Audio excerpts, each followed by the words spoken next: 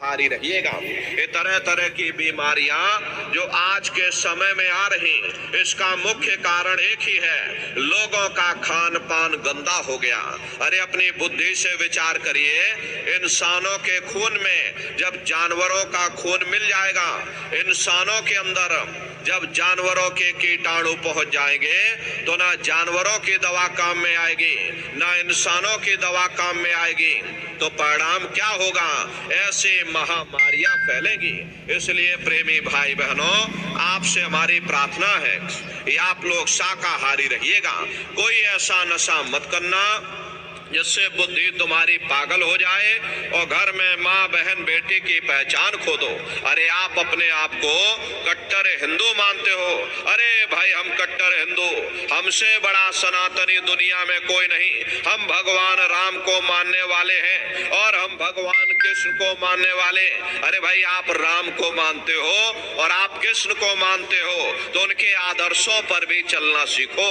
भगवान राम ने कभी नहीं कहा कि तुम मांस खाओ, या भगवान कृष्ण ने कभी नहीं कहा कि तुम शराब पियो। जितने देवी देवता अवतार हुए सभी यही कह करके गए कि अहिंसा परमो धर्मा। अगर हमने किसी को बनाया नहीं तो मिटाने का अधिकार हमारे पास नहीं। अरे आप इंसान हो, इंसान का काम है दया करने का, दया धर्म का मूल है। इसलिए आप जीवों पर रहम करो, रूहों पर रहम करो। सभी लोग शाकाहारी रहना और शाकाहार का प्रचार अपने अपने क्षेत्रों में बराबर आप लोग करते रहिएगा। अरे सतयुग कैसे आएगा? राम राज कैसे आएगा?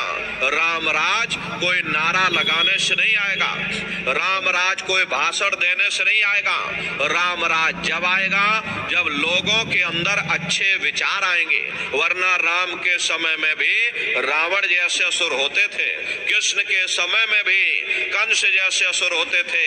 अरे तब भी लड़ाइयां होती थी, तब भी युद्ध हुआ करते थे। राम राज का मतलब है अच्छे विचारों का आना, और अच्छे विचार जब आएंगे जब हर इंसान मानव धर्म का पालन करेगा। अरे मानव धर्म क्या कहता है? सत्य, दया, अहिंसा, प्रेम और करुणा, यही मानव धर्म का आधार है। जब मानव के अंदर मानवता आ जाएगी, मानव के अंदर दया आ जाएगी, मानव के अंदर करुणा आ जाएगी, ये मानव दूसरों की पीड़ा को अपनी पीड़ा समझने लग जाएगा। जब इंसान के अंदर इंसानियत आ जाएगी तब सही मायने में देश में राम राज आ जाएगा। इसीलिए महात्माओं ने कहा है भाई राम राज को लाना है तो पहले मानव धर्म अपनाना है, मानव को पहले मानव धर्म अपनाना पड़ेगा। इसीलिए हमारे गुरु महाराज कह कर गए, बच्चा गांव गांव में जाकर के तुम हमारे संदेशों को सुनाओ, गांव गांव के लोग भजन करने लग जाएं, गांव गांव में सत्संग होने लग जाए, गांव गांव के लोग शाकाहारी हो जाएं, गांव गांव के लोग सदाचारी हो जाएं, गांव गांव के लोग चरित्रवान हो जाएं, आंखों में माँ बहन बेटी की पहचान कायम हो जाए। तो जब हमारा ये गांव बदल जाएगा तो ये पूरा समाज बदल जाएगा, निश्चय ही कलयुग में सतयुग आ जाएगा। इसलिए प्रेमी भाई बहनों, धर्म के प्रचार में आप सभी लोग अपना अपना योगदान दीजिएगा। देखिए हमारे गुरु महाराज परम संत बाबा जय गुरुदेव जी महाराज ने एक अच्छे समाज के निर्माण के लिए, चरित्रोत्थान के लिए, लोगों को शाकाहारी और सदाचारी बनाने के लिए 116 वर्ष की आयु तक अथक मेहनत और परिश्रम किया। हमारे गुरु महाराज ने अपने गुरु की याद में मथुरा आश्रम पर इतना विशाल मंदिर बनवाया। गुरु महाराज हमारे कहते थे, बच्चा मंदिर का वो देवता वहां पर बैठ करके बरकत बांट रहा। अरे आप लोग आइए, वहां कोई रुपया पैसा नहीं चढ़ाया जाता, कोई चंदा चुटकी नहीं। अरे आप लोग आए, मंदिर के देवता के सामने अपनी एक बुराई को चढ़ा दीजिए, वहां पर बुराई चढ़ाई जाती है। हम आज से मांस मछली नहीं खाएंगे, हम आज से अंडा शराब का सेवन नहीं करेंगे, हम आज से झूठ नहीं बोलेंगे, हम आज से किसी को धोखा नहीं देंगे। अरे आप अपनी एक बुराई चढ़ा दो आपकी एक मनोकामना पूरी होगी। ऐसा वरदानी मंदिर हमारे गुरु महाराज ने अपने गुरु की याद में मथुरा आश्रम पर बनवाया।